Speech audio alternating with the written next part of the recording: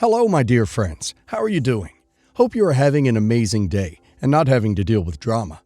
Ready for new stories I have for you today? Let's go to the first one. Buckle up, as it's a long one, and don't forget to listen to the end of the story to hear my insights. Enjoy the stories, guys, and please like and subscribe. And of course, don't forget to leave a comment. I, 33 female, and my husband Tom, 35 male, have been no contact with most of his family for 3 years. Within those 3 years, I've had twin boys, which has made my mother-in-law try to get back in contact with me. There's a lot of history, but here's a brief summary of why Tom and I are no contact, and it all revolves around Tom's ex, who we'll call Talia. So, I am Indian American, and Tom is white. He comes from a pretty traditional family, and grew up in a small town. Talia was mother-in-law's best friend's daughter, and they were the small-town romance everybody envied. However, upon meeting in college, Tom and I just clicked on a platonic level, and to be honest, I didn't even have feelings for Tom until 4 dates in. I guess you could say he had an emotional affair, but he never did anything physically romantic until he broke up with Talia. Talia, of course, remained in contact with his family, since she had been, according to mother-in-law, the daughter she always wanted. Keep in mind, Tom has a sister. But Talia is more of a homemaker, while my sister-in-law, who is an absolute angel, and I had always been more career-focused. Talia had been at every holiday, family gathering, and get-together since the very start of the relationship, and at first I paid it no mind. I was civil to Talia because mother-in-law made it clear Talia mattered to her, despite Talia's blatant distaste and disrespectful attitude towards me. That changed at my weddings. We had 2, and my parents footed the bill for both. The dress code was simple. Aside from the obvious no white wedding party colors rule, nobody was supposed to wear red. I am well aware that red means you slept with the groom, but more importantly, red is a bridal color in my culture. I wore a red lehenga and sari to my Indian wedding, which she wore an eggshell, off-white dress to. Keep in mind, white is worn at funerals to represent purity in my culture. That got my aunties and cousins talking, but I still had a blast since I really didn't care. I did care when she showed up to the American ceremony in a floor-length, apple-red gown with a slit going up the leg. It was a bridesmaid's dress, and it violated the dress code. My sister-in-law, along with Tom, went to tell her to change. She did leave after having a hushed argument, and came back in a tea-length green gown. I assume she just wanted to see if she could get away with it. Apparently, my aunties saw this too, which meant Talia was subjected to stares, whispers, and backhanded giggle fits throughout my whole American wedding. It made Talia feel embarrassed, and she cried to mother-in-law, who went to me and told me to keep my kind in line. To this, I crossed my arms and told her that maybe Talia should have stayed in her lane, that she knew not to wear red for multiple, but mostly cultural reasons, and it wasn't my fault my family is shaming her. It isn't my fault she became cannon fodder for my gossiping gaggle of a family. Yes, I said those words since that is what my aunties are. Those were the consequences of her actions. Tom and sister-in-law backed me up, and mother-in-law left with Talia before dessert. The next day there was a social media post from Talia, crying about how she was exiled from her best friend's wedding because the bride was jealous. I made a post back, telling her that she wore red, knowing how inappropriate it was, how her best friend is her ex, and to not sugarcoat what she did. I then tagged my mother-in-law in a separate post with screenshots of Talia's post and told her this was the last straw and that I've been disrespected by Talia from the very beginning of my relationship and that now that I was her daughter-in-law, she needed to keep Talia away from family events and holidays since she doesn't respect my husband and I. I didn't care if they still went on weekly shopping sprees or spa days, just keep her away from Christmas and BBQs. Talia removed her post after being publicly called out. Mother-in-law was good on this compromise until 3 years ago, after Talia came to Thanksgiving with a pie and a plastered smile, a Thanksgiving that I was hosting. She said something along the lines of, "Mother-in-law invited me, and I wanted to make sure mother-in-law can actually eat something, since I know you tend to cook ethnic food." I slammed the door in her face, went over to mother-in-law, and told her she could leave with Talia, who I just slammed the door on. Tom looked at his mom, who had this deer-in-the-headlights look. She tried to sputter excuses, and my father-in-law tried to defend my mother-in-law, but Tom stood firm. He said they had lost access to him and any extension of him since they chose Talia. My in-laws, aside from sister-in-law, left, and we haven't spoken since. Fast forward to last week, I got a text from an unknown number, and it was mother-in-law. She said she saw a picture of my boys from a mutual friend's post and wanted to reconcile. She said she'd keep Talia away this time, and that ever since she got cut off, she's been in minimal contact with Talia anyway. Her Facebook begs to differ. I told her as much, saying I knew BS when I smelt it, and she made her choice. I told Tom about it and asked if he missed his family. He shrugged, saying he doesn't care, and it's been relieving not having his mom around. He's the youngest son of 3, so he was always the baby boy. But I have since received text from my brother-in-laws, their wives, and my father-in-law begging for a second chance. She always wanted to be a grandma, and I do feel like I'm robbing her of a chance. Her other sons haven't had children yet, and sister-in-law cut her off when we did. But you can't undo nearly a decade of disrespect with wishes and wants. And Talia is still in the picture, so I'm skeptical about how long that promise will last. I feel like I'm being calloused, but there are so many stories I can tell about Talia's disregard for Tom's boundaries. And mine. And I don't want to welcome a storm into my house by opening up the gates. Am I an a-hole for telling my mother-in-law she made her choice after she kept my husband's ex around? OP is definitely not the a-hole. OP's mother-in-law had a front-row seat to Talia's disrespect for years and still chose to parade her around like some nostalgic pageant queen, even after OP laid out crystal-clear boundaries at her own wedding and Thanksgiving. Actions have consequences. She picked her honorary daughter, and in doing so burned every bridge to the real family she claims to want. Now that there are cute twins in the picture, she suddenly discovers remorse? Hard pass. OP needs to protect her peace, keep the door bolted, and let mother-in-law learn that being a grandma is a privilege, not a consolation prize for decades of enabling bad behavior. And now let's hear community's opinion. Not the a-hole, mother-in-law made her choice, said she changed, but you see she hasn't on Facebook, so she doesn't deserve another chance. There is no endless chances clause, no auto-forgive clause, or the right to be included for anyone or family. If you don't behave, you don't get to be included. When you get the chance, tell mother-in-law she can be grandma to Talia's kids. The best part of the story is how Tom is standing by you all the way and seems relieved to not deal with his mom's bull.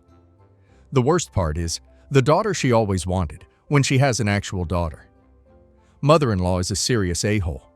Do you really want her in your kids' lives for the brief period while she behaves, and then try to explain what happened to grandma when you have to shut her out again? Not the a-hole. I would say if your dear husband wanted to, maybe. However, this ex and mother-in-law are still hanging out with each other. The boundaries you put in place were crossed, and using your children as an excuse to get back in is not the way she is accomplishing her goal by emotionally manipulating you.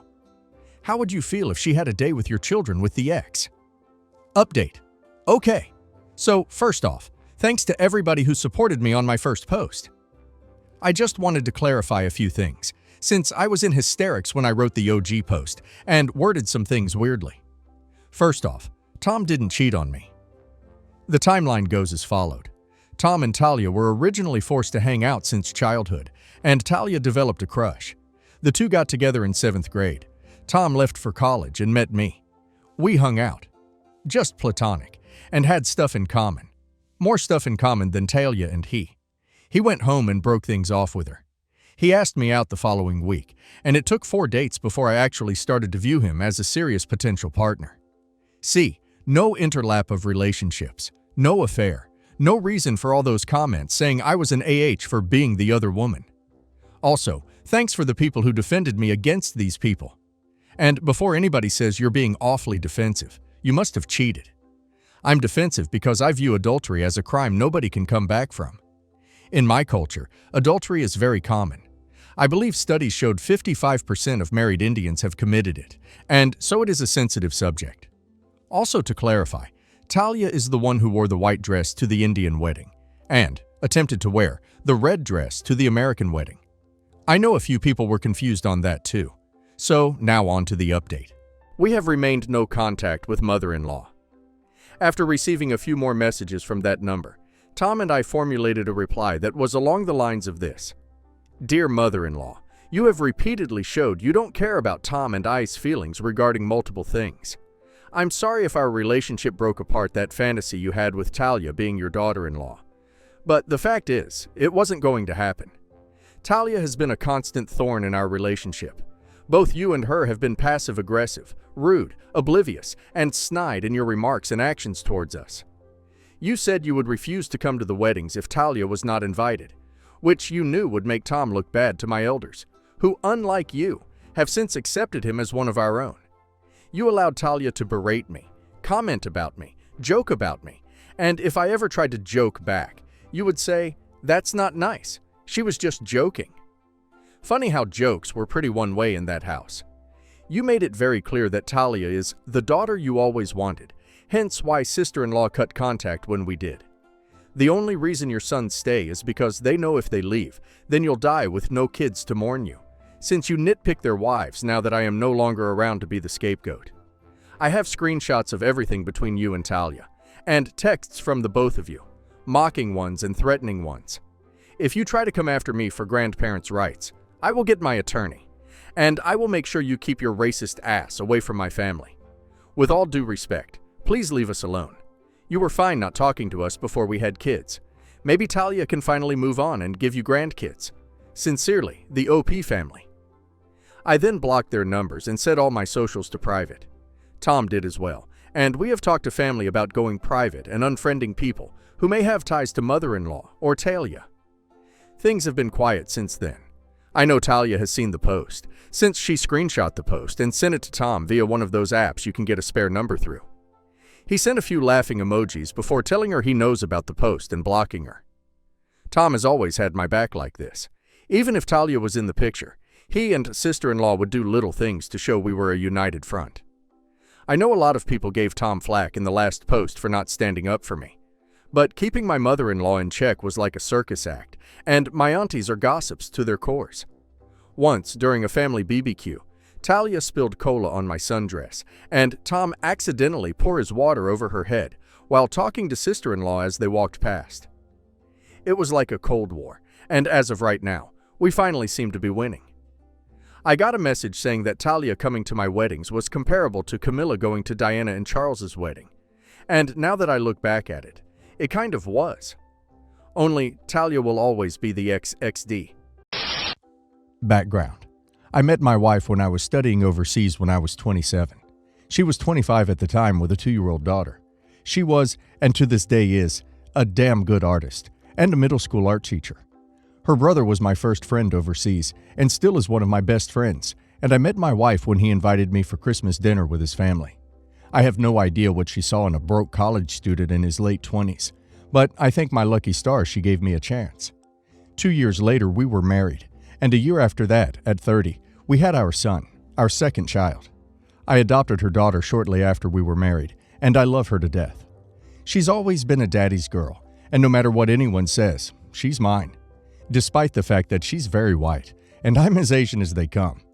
I eventually graduated and landed a good job as a financial analyst in a pretty big company. I busted my butt off at work, and when I wasn't at work, I was busy trading in the stock market.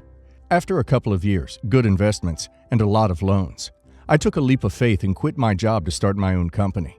When my daughter was 14 and my son was 9, I started making 7 figures a year from what I earned from the company and my several investments. I slowed down after that and cut my hours a bit, so I'd be more involved in my children's lives. Since my daughter was young, she's always shown interest in business. She'd spend her Saturdays with me and my company and wanted to learn all about it. I offered to take my son too, but he wasn't interested and wanted to be an artist like his mother. Now, I just want to clarify that I was very involved in both my children's lives. I make it a point to talk to both of them over dinner almost every night. One of my son's first portraits, which was of me and my wife, still hangs in my office at work. Because of this, I've always groomed my daughter to be my successor.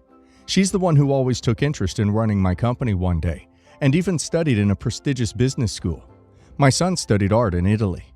Now, I know every parent says this, but my daughter is a genius when it comes to business. She works, or at least worked, in a big international company based in Europe before coming home last year to work with me and mine, where she has plans to scale it to even greater heights. It's still not a very big company, And this is where the problem starts. My wife and I are about to retire. Early, I know, to travel the world. She's never been into luxury items, unlike me, but she does love to travel. So we sat our children down and announced that we were retiring early and that they'd be getting some of their inheritance soon. I want to sort out my estate very early to avoid problems for them when I'm gone. The moment I said daughter will be taking my place in the company, my son was livid. He started accusing me of favoritism, being a useless dad, and his sister of manipulating me into giving it to her and leaving him with nothing. My wife tried to calm him down, but he stormed out, but not before yelling, "She's not even your real daughter anyway." I didn't know how to feel about that. It was a mix of pain, anger, regret, and a whole lot of other stuff. I was hurt by some of the things he said, angry about how he said his sister wasn't my daughter, and regret because somehow I feel like I failed him as a father. I wasn't even finished explaining how things would go. I hugged my daughter, who was crying, and reassured her that I loved her so much, while my wife tried to get a hold of our son. I tried to be a good father to him. I paid for his international education, attended all his art events, and even introduced him to some of my friends that were into art. I made sure to take him on father-son trips, 2 every couple of months. It never occurred to me that he was ever remotely jealous of his sister being my apprentice, despite the fact that I did try to take him with us when we went to work. Also, I never planned on giving one child more than the other. My daughter was only taking over running the company, but ownership would have been 55-45, so my son would still own part of the company. I own 3 condos in the city, 2 of which are occupied by my children, which they would keep, and the third would have went to my son to make up for giving his sister more equity in the company. He would have also kept my watch collection, which I promised to him at a young age. Both kids would have got a substantial amount of money, too. My current home would still be mine to rent out, and I'm keeping my stocks, so I'd still have some money coming in to fund our travels. Now, I don't know how to go on from here. I'm set to retire after this virus is sorted, and it's safe to travel. It's been a week, and my son still won't answer his mother's call. I'm still mad about how he acted, but I still want him to be part of our lives. My daughter even offered to give him everything if it would make him happy, but I shut that down immediately. I worked hard for both my children. How do I proceed? Part of me wants to call, but I know we'd just get into another screaming match, because the thing he said still hurts me. That's if he even answers my call. I don't think I did anything wrong here, but if I did, please tell me so I can fix it. My wife is beside me right now and she's still trying to reach our son, but no luck. Any advice would be helpful. Edit. I don't think this part was clear. My son never heard how I was going to split my assets and ownership of the company. He only heard the part where I said my daughter was taking my place before he went ballistic. Edit 2.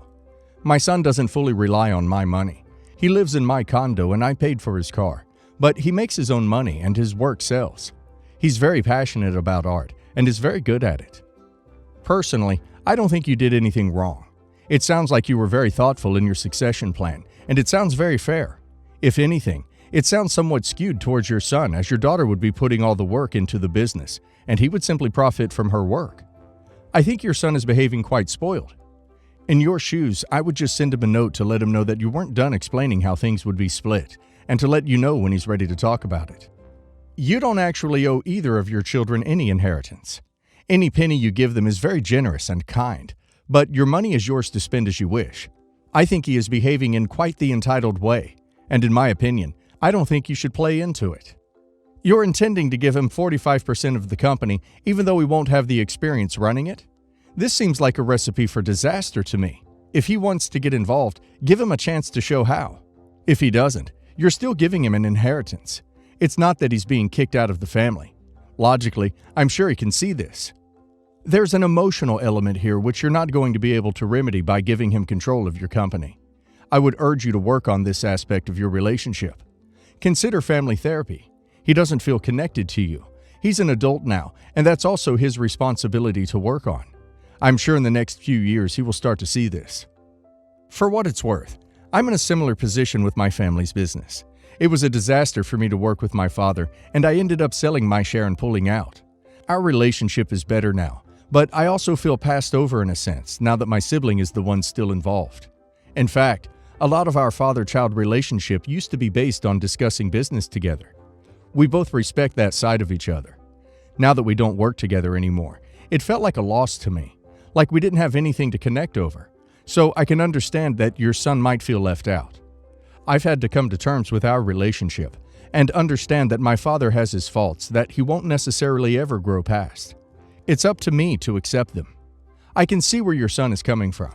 My advice to you would be to work on connecting with him emotionally. I believe therapy could help a lot with that. It sounds like you're working very hard to make things fair, but money and estates make people go crazy. It sounds like he has some long simmering resentment towards his sister. He may not have any real reason behind it, but it's there.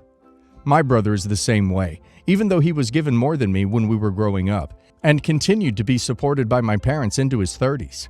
I'm not sure you can do much except give him time to pull his head out of his butt. I have a feeling his response is deeply rooted in S attitudes towards women and a sense of entitlement. Also, 55-45 split means a little unfair to your daughter. She's going to be the one running and responsible for the business, but only 10% more equity? I'm assuming there's going to be some kind of profit sharing, so he gets to profit from the business at pretty close to the same amount without putting in any work. I don't know. That seems a little unfair to me. I've been with my fiancée for 3 years, 8 months engaged. We've had our ups and downs, but for the most part, things have been pretty great, until she moved in 6 months ago. We've been combining our lifestyles and finances, basically easing into managing our lives together. The problem is, she's a people pleaser, in her own words. She's been in therapy for 6 years, and I guess I never knew how bad it was until moving in with her. A lot of which she's hidden from me. I don't want this to get too long, so here's some of the highlights in no particular order. She recently was promoted into accounts payable at her company and realized she is the lowest paid person on payroll. She didn't negotiate a good starting wage and has never asked for a raise or had one, despite multiple promotions. She inherited a car a few months ago and sold it. She had offers online from $18,000 to $25,000. But sold it to the first person who showed up for $10,000. She caught someone stealing her bike at college. The woman stealing the bike managed to convince my wife that it wasn't actually her bike, and my fiancé just let her take it, despite the fact that she caught the woman cutting her bike lock. Last spring was my 30th birthday, and she ordered a giant chocolate cake for the party. The cake normally comes with nuts, but given my allergies for nuts, she ordered it without them. Well, when she went to pick it up and it had nuts on it, she just paid for it and brought it home. I couldn't even be in the same room as the cake. Which brings us to tomorrow. My father recently passed away, and I need to fly to the other end of the country to get things sorted out with family, attend the funeral, etc. Meanwhile, we recently had a pipe burst in our home, and the contractors will be out tomorrow to fix it. My flight's at 6 a.m., and my fiancé will have to handle it, including all the negotiations because we don't know the extent of the damages. I've been giving it a lot of thought, and I just can't trust my fiancé to handle it. And if I can't trust or rely on her to do something like this, how can we really be life partners? I mean, I trust that she is always looking out for me and has my best interest at heart, but I can't trust her to get things done. We've talked about it a few times before, but it's been unproductive. She's convinced she's just being nice and doesn't like confrontation, then brings up examples of extremely confrontational people. I think she puts her aversion to conflict above her and our long-term goals, and she needs to find a happy medium. She doesn't understand how negatively this is impacting her life. But at the same time, we've had some amazing years together, and she really is a great person. We're compatible in almost every other way. So is this over like I think it is? Is there any way I can get through to her? Should I tell her I'm thinking about leaving? Honey, you call it people-pleasing, but I'm telling you as gently as possible that it's gotten to the degree that it's interfering with our ability to function normally, and it's impacting our relationship because I can't rely on you to take the necessary action to protect us in the event of a conflict. We need to go to counseling to resolve this before we proceed with marriage. I would postpone the wedding if it is scheduled and have a come-to-Jesus talk with her. Make it clear that her passivity is a deal-breaker for you and that you need her to communicate the extent of it to her therapist and come up with an actionable plan for addressing it. A plan that might involve working with a different therapist, as after 6 years, she's made no progress with this one on this topic. Then be prepared to leave if she doesn't, because her willingness to be walked all over results in you getting walked on too, and that's no way to live. People-pleasing is like doing favors for people when you don't want to, and they don't deserve it. Letting people steal your bike? That's just being afraid to deal with life. Children wouldn't lie down and accept that. Not researching a car's value and asking for it? That's just being spineless. I, 43 female, and my husband, 47 male, have been married for 4 years now. We both have children from previous marriages, 12 male and 10 male, and 18 female. My husband and I dated for 3 years prior to getting married, but moved in altogether 2 years ago. Lives with us full-time, and it had a bit of a rocky start with mine and O's relationship, but we managed to push through it. I told from day one that I wasn't her mom, but if there was anything she wants to talk about or need, she can come to me. After a few months, we became quite close, and she talked to me about anything she was too embarrassed to talk about with her dad. Recently, has been trying to make friends at college since she just started in the spring. On-campus residence is very expensive for the college, and it's close to our house, so decided to stay at home. That's not a problem. The problem is that keeps bringing her friends over to hang out, but leaving it a mess. Normally, it's not a major deal. I have OCD, so sometimes there is issues depending on the situation though, because she picks up after herself. But recently I hired a housekeeper to clean the house once a week since I've been working overtime more often, and me and my husband just don't have time. It is expensive, but I cannot stand it when it becomes too messy for me, so I think it's worth it. This time she brought her friends over after the house was cleaned, and I guess they decided not to take their shoes off and walked all around the house leaving footprints. They also made pizza from scratch and left the crumbs on the counters, among other things. That pretty much made the entire house filthy before I could even come home. Once again, the cleaning service is quite expensive because I like a higher level of cleaning quality, so I was pissed. My husband is trying to make me let it go because was always struggling making friends, but I can't let it go because of how much it cost. I requested the exact amount I paid for the cleaning service to her Venmo, and she acted all confused on why she had to pay for it. I explained that her and her friends ruined my house that was just cleaned, but she insisted it wasn't her. I have a Ring camera, and I have video proof of her and her friends going into the house, and they were the only ones home that day before me. I gave her 2 choices: pay for the damages, or I stop paying for her phone. She's complained, saying it wasn't her, and she doesn't have the money to pay the phone bill. Am I the a-hole? Edit to clear confusion. The cleaners came before fully cleaned the house, then left, and an hour later came in with her friends. Footprints in your house and pizza crumbs do not make a house filthy. You had plenty of options other than charging your stepdaughter. You could have cleaned it. Your husband could have. You could have asked her to clean it, etc. You're the a-hole. Telling your stepdaughter she ruined your house is a surefire way to ruin your relationship with her. You're the a-hole for calling your house ruined for a fairly easily cleanable mess. She should have cleaned it, because you're not the one who usually disciplines, and this is obviously an issue for you, and between the two of you. You should have told her father to enforce that. Of course, her friends should have taken their shoes off. Of course, your stepdaughter needs to clean up after herself, and her friends. But she's not an a-hole for living and sometimes leaving a mess. Ruined implies actual damage. A mess is a mess, not damage. You're overreacting. You're the a-hole. This is an absurd overreaction. She left some crumbs and had shoes on. Tell her to mop the floors and clear up the crumbs. OCD is not an excuse to act like a jerk when a teenager behaves like a totally normal teenager.